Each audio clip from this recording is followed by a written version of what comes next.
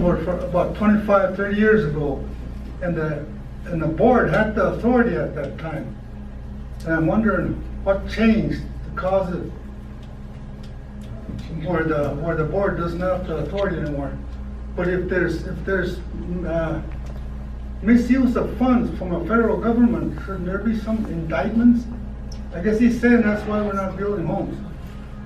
So when I was on there, I think I was on it for about 4 or 5 years, we gave out homes to the board. The board was the one who gave out homes, not the director or the chairman. So I'm thinking, was the policy changed or I don't think resolutions ever changed. I think you're saying you're changing it now. Turning into a bill. No, it doesn't reflect that money. Yeah. The policy, I think it was in 97 or 87 there. So I guess I'm saying, I don't know if you can answer my question or not, but my thinking is, hey, they're saying they got $10 million and they have to give it back because somebody misspent the money. Or just pay their bill, what they stole, so we're enabling them to steal money. It could be a bill, but they didn't steal. And not You have to doing put that money, you have to pay that bill. Okay, I had experience with that. What happened is, past administration, when I got on the transportation department, we found out they owed $800,000 to the Black Eagle administration. Then we couldn't get our monies because of that. So I agreed to pay that. Then that's how we got our monies. Yeah. So whatever these administrations, misspend, we're gonna have to pay for it later on. And what you're saying is, once that is paid, then we should be able to receive homes. Yeah. How much of that money should be repaid? Okay, I'm just going to jump in here really quick and address this gentleman's original questions. How long ago were you on the board, though? That's my first question. I think I was on it for about 4 years. I mean, how long ago was it? Oh, about 25, 30 years ago. About 30 years ago, so 1980-ish? I was too. 80s? Okay. So what I'm thinking is, that was probably before Nahasda. Nahasda was drafted in the 90s, and in Nahasda, which is the overarching federal law that authorizes the Indian housing block grants, it states specifically how you're supposed to award homes. And it doesn't say, what it says is, here, I was looking it up earlier. It says that the designated housing entity has to choose from a waiting list in accordance with established policies and procedures.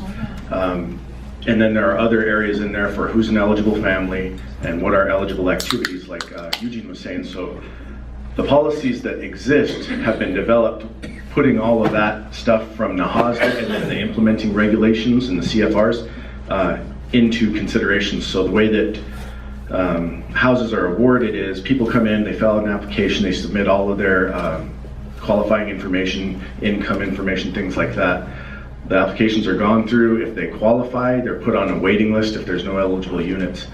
Then from that waiting list, when a unit opens up, they have factors that they look at to score in awarding a unit. So, if you have a certain number of people living in your family, if you have a non-tribal spouse, things like that will affect whether or not you will get awarded the house. And so, based off of those factors, people are pulled off the waiting list that score the highest.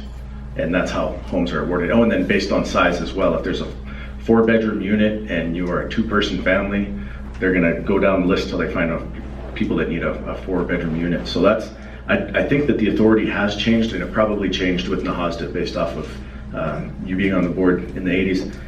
And then as far as the misspent funds, I just wanna go back to that. So I don't know if that was in reference to the case that Eugene was talking about, but just a brief word on that. This case concerned HUD's interpretation of the, well, it actually was the OIG, the Office of the Inspector General, inspected HUD and found that they were allowing housing authorities, tribal housing authorities, to collect maintenance funds for units that were over 25 years old. And they were saying that that was disallowed. But the way that the law read, and the way that the reason the tribal housing authorities were still counting those units is because they hadn't been paid off. So under the terms of their contract and the terms of the law at the time, until that house was paid off, it was still eligible to be counted on the inventory. So there was a dispute there. After HUD got audited by the OIG, then they sent out a letter to all the tribes and said, hey, and this was back in like 2001. So what they said was from 1998 till 2001, or I think it was 98 for us, but even further back for some, it appears that we've given you more money than we should have. We're going to just go ahead and take that back. And for some tribes, I think Crows initially started out around 300 to 400,000, somewhere in there. And there was no opportunity for the tribe to say, wait a minute, we can still count these units. So, housing authorities everywhere were up in arms and started filing suit against HUD, just basically asking for at least an administrative hearing so they could prove whatever number they were asking for, the amount of money they were asking for actually matched something in reality. They were owed that. There are still ongoing cases in the 10th Circuit where those tribes are prevailing over there. And what it really boils down to, I'm trying to make this as simple as possible, is there are two statutes. There's 4161, 25 USC 4161, and 4165. And one is about compliance and punishment, and the other one is just about corrections, I believe. But they both involve monitoring, and whichever statute, whatever authority HUD uses when they ask for that money back, will determine what the tribe is entitled to, if they're entitled to a hearing or if they're only entitled to ask for a hearing. In our case, the tribe's case, we won at the district court level. It was argued by my predecessor, Roger Renville. He did a really great job with that. But the judge agreed with him that the Crow tribe was entitled to at least an administrative hearing before the HUD could take all that money back. But then HUD appealed it to the 9th Circuit Court of Appeals, and that's where we lost. And what the court there found was the Crow tribe was entitled to request an appeal, and they didn't do so within the time limit that they were allowed. So HUD didn't violate that statute. So now they're asking for that money back. It's approximately $1.2 million. They've proposed a plan where we pay back, I think they take $255,000 out of each annual award for the next 5 years. They'll just hold it back. We've responded to that to HUD, and they're still considering our counter proposal, which is to reduce that overall amount by what funds we can prove were expended on eligible housing activities between 98 and 2001. And if best case scenario, we're able to reduce the payback amount by approximately $750,000. That would require us to have records showing what we expended those funds on, though, going back to those years from 98 to 2001. I don't know if those exist, but if they do, or if HUD agrees, we should be able to hopefully whittle that down somewhat, and the payback won't be so much. So it wasn't that somebody misspent funds, it was that there's this big formula and inventory mixed up between HUD and the tribes, and it affected everyone across the nation. So. Marlene's got a question over here.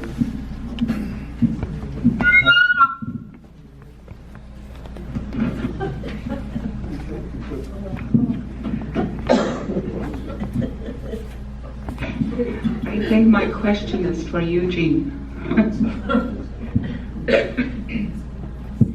Ik weekend karesh with Peshistish, ik Rhoda Bright Wings roof she took a fourth of the roof, and it's unsafe, and they have no help on Sunday. She did a dog, but she did come and we told her to come tonight to see if she could get any help. what can she do? I mean, they, like he said, they're no income, fixed income. They're